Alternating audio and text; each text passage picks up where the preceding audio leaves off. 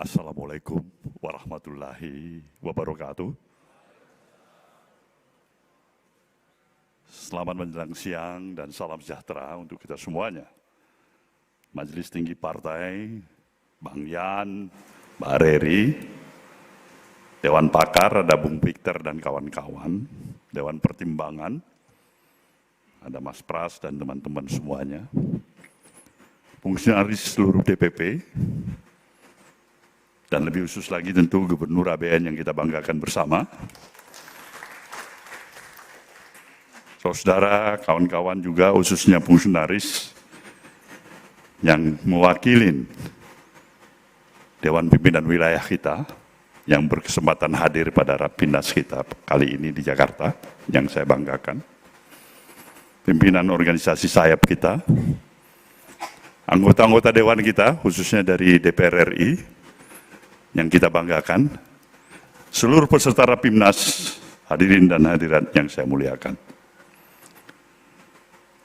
Hari ini kita bersama-sama merayakan hari jadi kita, hari jadi partai ini, yang ke-13. Ini satu hal yang sekali lagi saya harus nyatakan pada saudara, amat patut kita syukurin. Satu proses perjalanan yang telah kita lalui bersama, menghantarkan keberadaan kita, posisi, peran, dan eksistensi kita. Seperti apa yang kita miliki, seperti apa yang kita rasakan, seperti apa yang kita juga inginkan. Nah, inilah suatu realisme, realita yang ada pada saat kita sekarang ini merayakan hari jadi kita yang ke-13. Waktu memang tidak berhenti. Dia bergerak, berjalan terus. Dia tidak sedikit pun memberikan ruang kompromi kepada kita. Tidak ada ruang kompromi terhadap perjalanan waktu. Itu satu hal yang tidak mungkin kita ajak untuk bisa kita musyawarahkan, kita kompromikan. Kita mau atau tidak mau, waktu akan bergerak. Kita suka atau tidak suka, waktu akan bergerak. Nah, inilah realita perjalanan kehidupan ini. Sama halnya sebagai ilustrasi Gubernur ABN kita, baru hari ini saya lihat dia perlu berjalan agak sedikit dituntun. Ah, itu karena progres perjalanan waktu. Itu juga akan terjadi pada diri kita semuanya, termasuk pada diri saya. Dan disinilah saya ingin mengingatkan kita semuanya, betapa berharganya waktu. Waktu memberikan kesempatan bagi kita untuk memutuskan ke arah mana kita akan menentukan perjalanan selanjutnya dari apa yang kita miliki pada saat ini. Partai kita, Nasdem juga demikian. Ketika kita pertama sekali, kalau kita sedikit bernostalgia, 13, 14 tahun, 15 tahun yang lalu, diawali dari kehadiran peran dan eksistensi, sebuah cita-cita yang kita hantarkan melalui kelahiran Organisasi Kemasyarakatan Nasional Demokrat. Jelas saya harus nyatakan pada saudara, Nasional Demokrat sebagai organisasi kemasyarakatan memang kita maksudkan adalah membidanin, dimaksudkan sungguh-sungguh membidanin kelahiran institusi partai politik yang bernama Nasdem. Kita ingin melihat sejauh mana proses sejak awal kelahiran organisasi kemasyarakatan ini bisa memberikan peran atas eksistensinya, bisa memberikan pemahaman tentu terhadap berbagai khayalan dan komponen elemen masyarakat. Apakah pikiran-pikiran atau political gagasan yang kita miliki, tawaran-tawaran konsep, gagasan, pemahaman, pemikiran yang kita tawarkan, bisa mendapatkan tempat atau tidak di hati masyarakat. Kita bersyukur respon masyarakat amat positif. Tetapi ada konsekuensi. Kalau kita ingin meneruskan organisasi kemasyarakatan yang kita beri nama pada waktu itu adalah Organisasi Kemasyarakatan Nasional Demokrat, menjelma menjadi institusi partai politik, tidak semua para pendiri organisasi kemasyarakatan bisa bersatu sama-sama kita untuk melanjutkan tahapan perjuangan perubahan dari Organisasi Kemasyarakatan Nasional Demokrat menjadi institusi partai politik. Tentu saya memikirkan hal itu, sungguh-sungguh menjadi bahan perenungan dan pemikiran yang amat mendalam. Di sisi lain, realisme kondisi keadaan untuk membawa misi, gagasan, pemikiran, konsep-konsep pikiran-pikiran besar yang ingin kita perjuangkan sebagai idealisme kita dalam perjalanan kehidupan kebangsaan yang kita miliki. Kita sebagai organisasi kemasyarakatan akan harus berhenti pada penawaran konsep dan tidak mampu mengaplikasikannya lebih jauh. Kita berhenti pada gagasan itu sendiri. Sebagai diskursus yang terus-menerus, ya itu benar. Sebagai tawaran pemahaman dan pemikiran-pemikiran yang kita bisa berikan, ya itu benar. Tetapi bila kita menginginkan terjadinya operasional, aplikasi terhadap gagasan-gagasan yang kita perjuangkan, kita tidak membuat representasi langsung. Karena kita hanya sebagai moral forces dalam kekuatan sebagai organisasi kemasyarakatan. Kita peran kita terbatas. Kita tidak bersentuhan langsung untuk mengambil dan menyatakan setuju atau tidak setuju terhadap kebijakan resmi, baik yang akan dijalankan atau yang sudah dijalankan oleh pemerintah. Sistem ketatanegaraan kita yang trias politika ini, di sana ada pemilahan, baik itu lembaga eksekutif, yudikatif, legislatif. Nah, posisi kita tetap sebagai organisasi kemasyarakatan terbatas. Memberikan peran, ide, gagasan, dan tawaran pemahaman pemikiran. Waktu bergerak demikian rupa. Dalam waktu singkat, posisi dan peran kehadiran daripada organisasi kemasyarakatan nasional Demokrat telah memetik dan merebut perhatian yang sungguh-sungguh dari berbagai elemen komponen masyarakat, termasuk khususnya institusi partai-partai politik yang sudah eksis di Senayan. Apa yang terjadi? Komisi 2 melakukan upaya persiapan menghadapi pemilu dengan melakukan modifikasi peraturan perundang-undangan yang ada. Memperberat persyaratan kualifikasi yang bisa diterima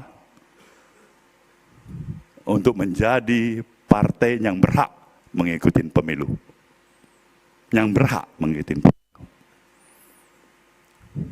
Persyaratan yang demikian rupa berat, sedemikian rupa yang hebat itu.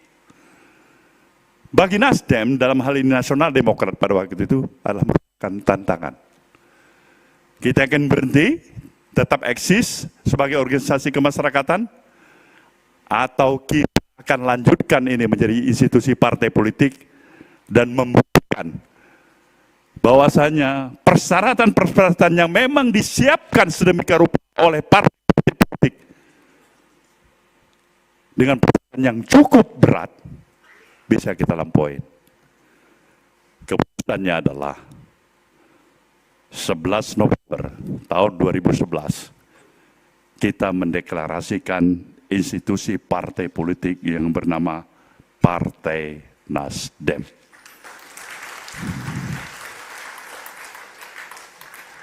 Kita mempersiapkan seluruh persyaratan agar kita bisa diterima untuk menjadi peserta pemilu secara sah. Kita akan laluin dan ikut. Maka untuk sebagai bahan pemahaman bagi kita semuanya untuk menjagarkan ikatan kita, Pulau Miangas yang tidak pernah dikunjungi oleh representasi partai politik manapun untuk menginjakkan dirinya di Pulau Miangas, itu dimulai oleh kehadiran partai peserta pemilu yang bernama Nasdem.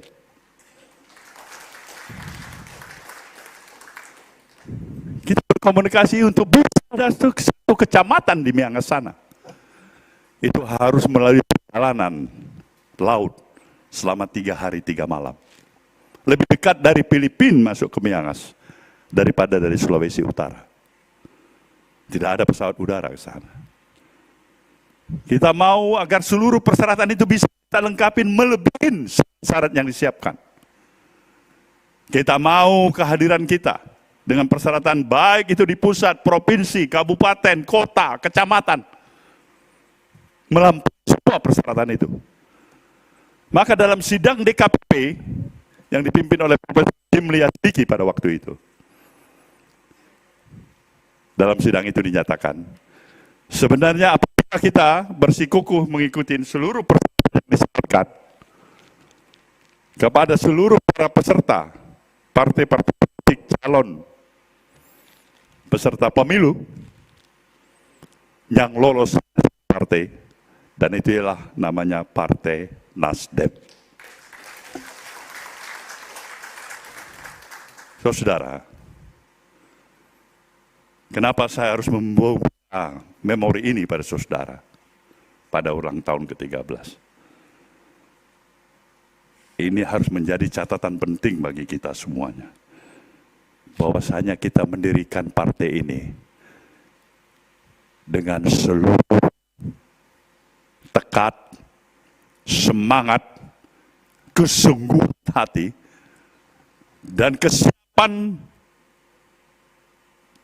seoptimal mungkin yang bisa kita lakukan agar kita bisa mendirikan partai politik yang bernama Nasdem dan sekaligus menjadi partai peserta pemilu pada tahun 2014 yang lalu. Insya Allah hasilnya saudara telah ketahui. Kita mengikuti sebagai partai sah peserta pemilu dan kita lolos ke Senayan. Kita mempunyai representasi 36 anggota Dewan pada waktu itu. Akumulasi catatan penting bagi saudara adalah akumulasi persentase suara nasional kita. Secara resmi hanya 6,8%. Kalau dibulatkan adalah 7%. Itu satu debut yang cukup baik bagi kita. Maka pada ulang tahun yang ke-13 ini, ketika kursi di Dewan kita setelah memiliki 69 kursi, maka perjuangan kita berikutnya adalah bagaimana kita harus lebih memperkokoh posisi, peran dan eksistensi kita sebagai satu institusi partai politik yang terus bergerak dengan kemampuan dan kepiawaiannya membawa perjalanan organisasi institusi partai politik ini agar mampu menghadapi tantangan. Sebetulnya apapun tantangan yang ada di depan mata kita, agar eksistensi kita tetap eksis, agar opportunity, kesempatan tetap terbuka bagi partai ini. Agar ide dan konsepsi, gagasan, pikiran-pikiran kita semakin bisa dipahamin oleh masyarakat. Agar kesempatan kita mengikuti pemilu berikutnya, kita mampu tidak hanya sekedar bertahan apalagi mundur, tapi kita mampu untuk mengembangkan peningkatan demi peningkatan yang lebih signifikan lagi ke depan. Itu adalah misi kita bersama.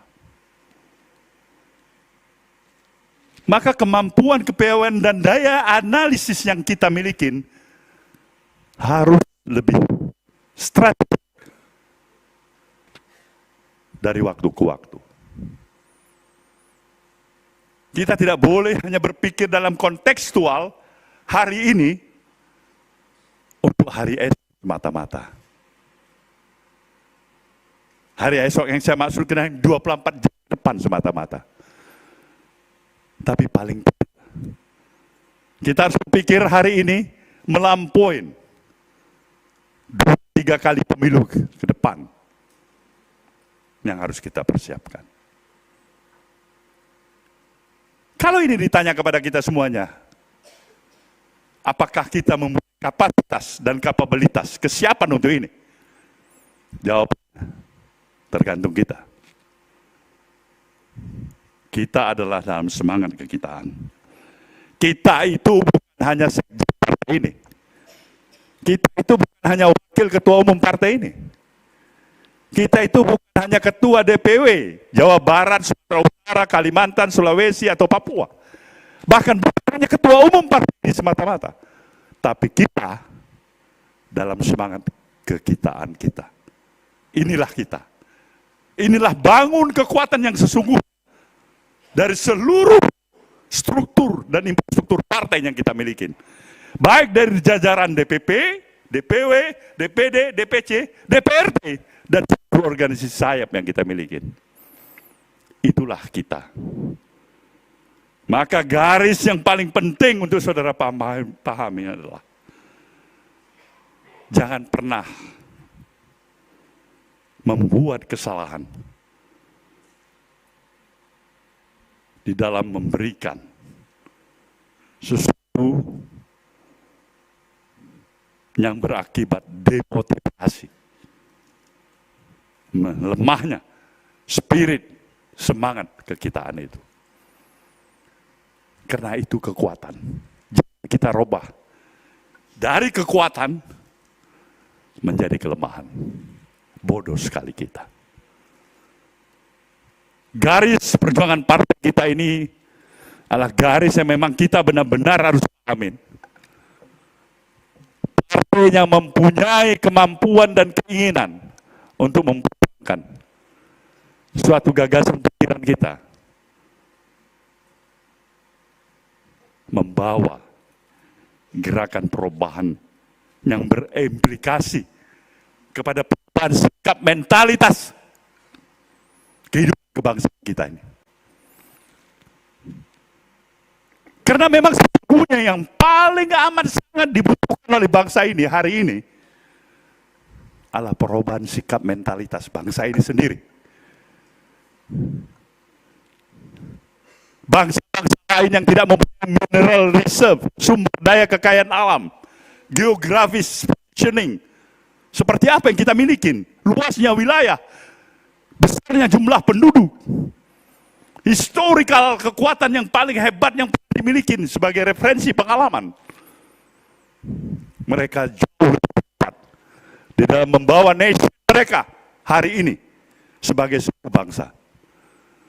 Bangun kesadaran masyarakatnya jauh lebih hebat, jauh lebih kuat dibandingkan dengan kita. Disiplin nasionalnya, etos kerjanya, kreativitasnya lebih hebat. Dan yang paling lebih hebat lagi, mereka tidak tinggal juga dengan moralitas, sportivitas di dalam kesiapan berinteraksi, berkompetisi dalam perjalanan kehidupan kebangsaan mereka. Bagaimana kita? Saya harus katakan sejujurnya pada saudara,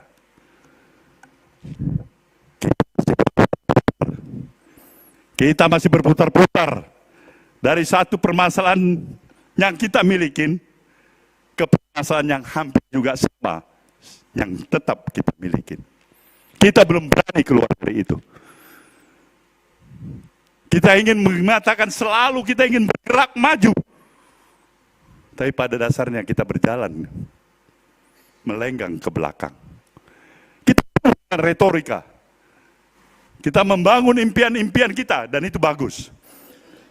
Tapi tidak bagus ketika impian itu hanya sebagai impian.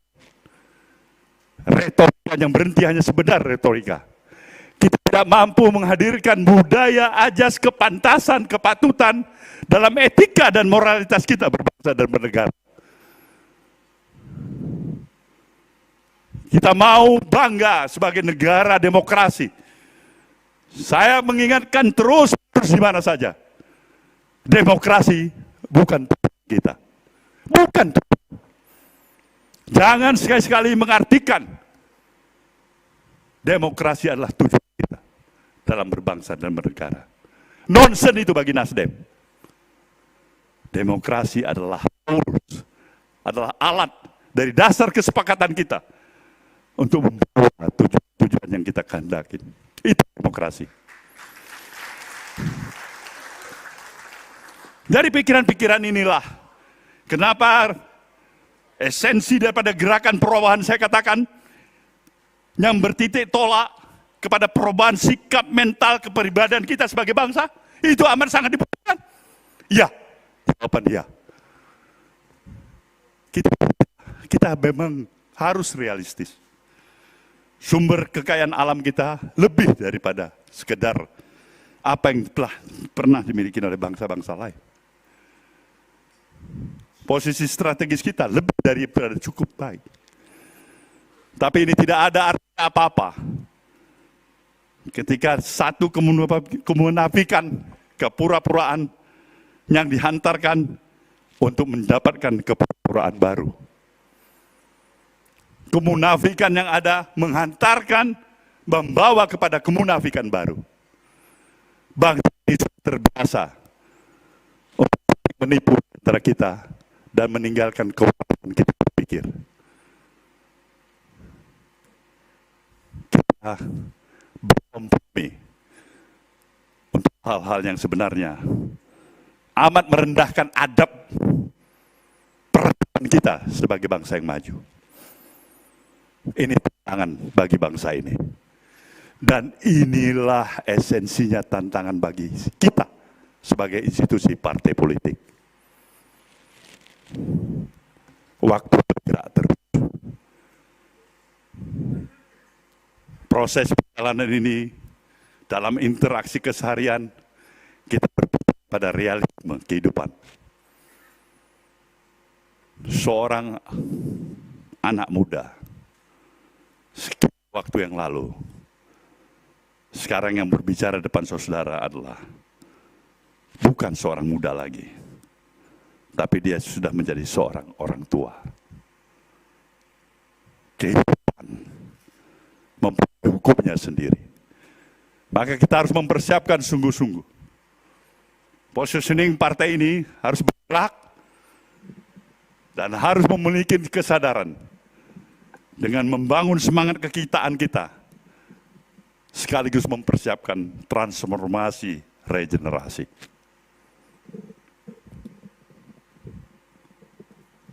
Kepemimpinan saya dari sejak awal partai ini berdiri, mungkin tentu tidak bisa selamanya menjadi ketua umum partai ini. Itu adalah hukum alam. Tetapi saya tidak risau akan hal itu. Saya mempunyai keyakinan dan optimisme yang besar. Kita mampu akan melahirkan pemimpin baru nanti.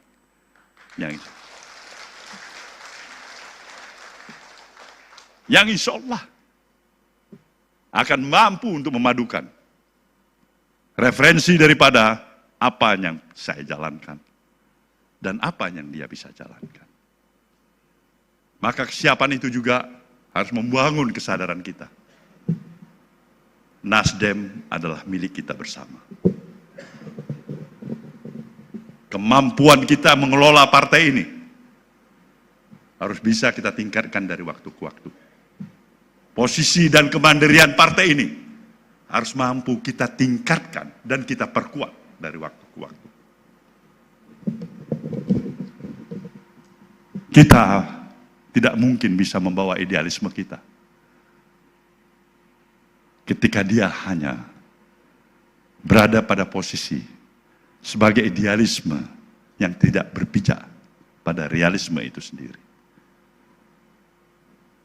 Maka pada seluruh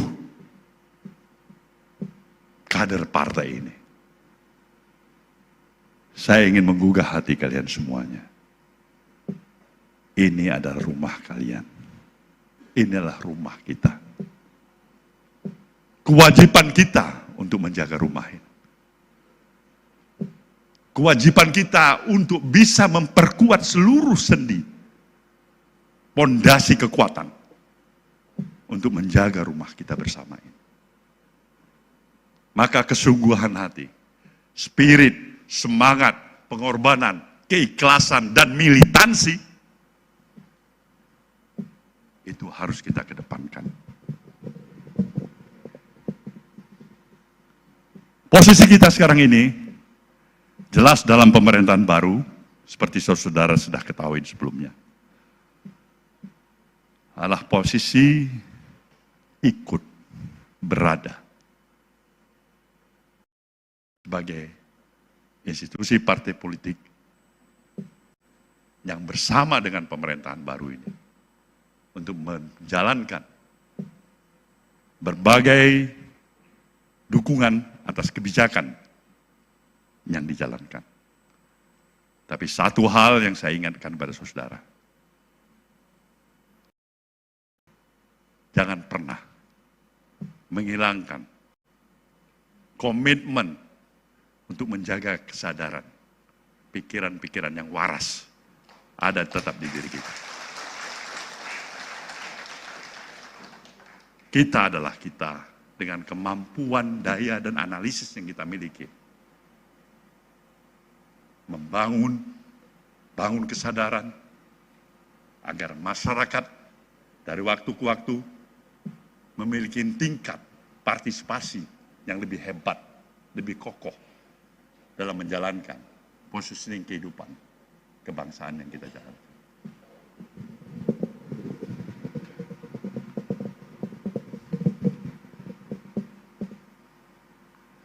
Untuk itulah saudara semuanya, saya berharap arti kehadiran khususnya fungsionaris struktur partai, DPP, DPW, dan DPD, untuk lebih menaruh perhatian dalam mengkonsolidasikan penguatan infrastruktur partai. Saya amat sangat berbesar hati apabila dalam struktur partai di tingkat provinsi ada pelaporan yang masuk pada saya, telah terbentuk DPRT yang selengkap-lengkapnya. Itu ukuran bagi saya, kesungguhan hati. Sejauh mana kemampuan daripada fungsionaris tokoh kita. Termasuk sekarang ada komando pertanggungjawaban Korwil, koordinator pemenangan wilayah, pertanggungjawaban wilayah. Kita melihat wilayah mana sebenarnya yang masih perlu dibantu oleh DPP karena ketidakmampuannya untuk menghadirkan infrastruktur di tingkat DPRT. Konsolidasi ini penting sekali karena kita harus bisa mengandalkan kekuatan infrastruktur yang dibangun oleh partai ini secara internal.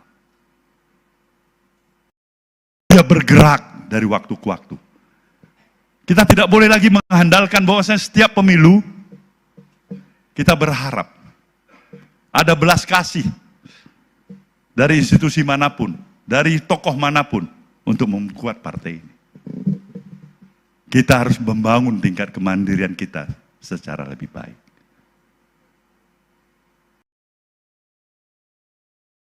sebagai partai yang berada dalam barisan pemerintahan seperti saya katakan tadi. Kita juga harus memanfaatkan momentum waktu konsolidasi kita yang sebaik-baiknya. Berpikir dan bertindak secara lebih arif dan cerdas. Masa depan partai ini tergantung dari kemampuan kita mengkonsolidasikan barisan kita. Maka pada Rapimnas ini, sekali lagi saya aturkan keinginan saya pada saudara. Manfaatkan waktu yang ada untuk memperkuat arti, fungsi, peran, tugas, kewenangan yang terletak di diri saudara masing-masing sebagai fungsionaris. Perkuat dapil saudara. Itu intinya. 69 anggota DPR RI hari ini. Itu adalah berita yang menyedihkan bagi saya pada pemilu yang akan datang. Ketika 69 DPR RI ini kita lihat, ada yang masuk tambahan 25 kursi baru. Tapi kita kehilangan 26 kursi yang sudah kita miliki. Itu kesedihan besar. Kita mau kita bertahan dari 69 ini dan mendapatkan lagi tambahan 20-30 kursi yang akan datang. Itu tugas kita. Kalau saudara-saudara tanyakan mungkinkah itu? Saya katakan tergantung kita. Tapi sekali lagi kalau saudara tanyakan bagaimana pendapat Ketua Umum? Saya bilang sebenarnya inilah situasi yang bagus sekali untuk Nasdem ke depan. Kalau kita bisa memerankannya.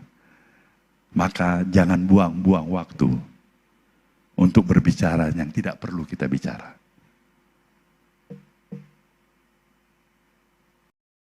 Pikirkan sesuatu sebelum kita mengutarakan sesuatu yang baik.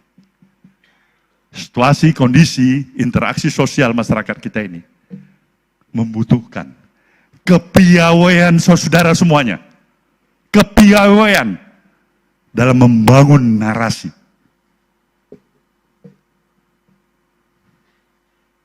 Jangan sekali-sekali memberikan narasi yang berakibat lebih mempersulit ruang aktivitas, fleksibilitas yang kita miliki.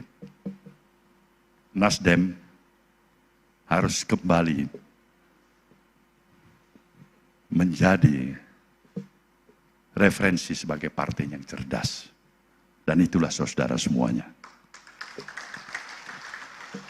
Kita harus menjadi partai yang cerdas.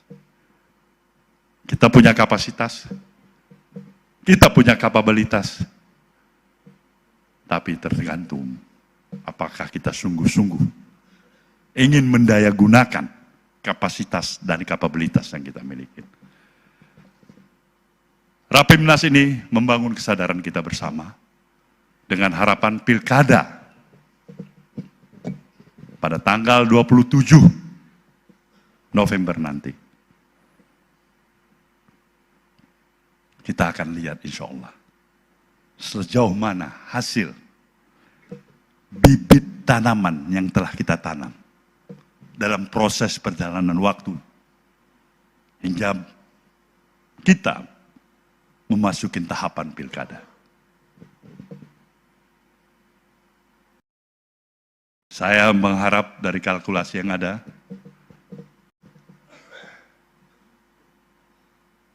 representasi peserta pilkada yang diwakilin atau direpresentasikan oleh kader Partai Nasdem. Sekali lagi, kader Partai Nasdem. Inilah representasi kita yang terbesar, yang nantinya insya Allah berhasil dari sekian pilkada yang telah kita lalui. Kalkulasinya adalah sedikit-dikitnya di atas 100 angka 100 kepala daerah, kabupaten dan kota, termasuk gubernur, kader Nasdem yang terpilih, insya Allah, pada tanggal 27. Nah, ini modal bagi kita.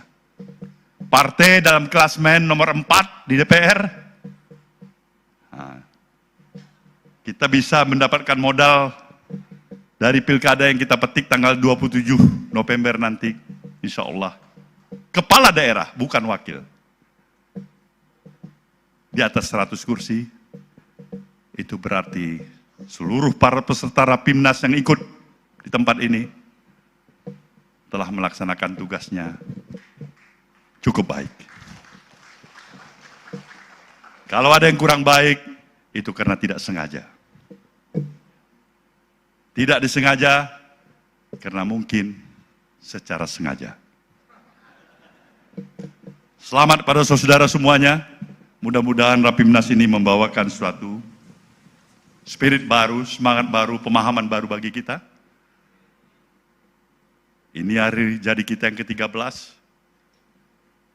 Kita selesai dari Rapimnas ini, malam nanti kita akan melakukan pertemuan resepsi di antara kita.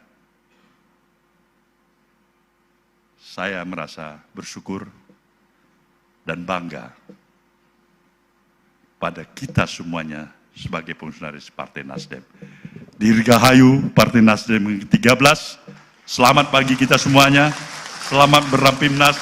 Wabillahi taufiq wal hidayah. Wassalamualaikum warahmatullahi wabarakatuh.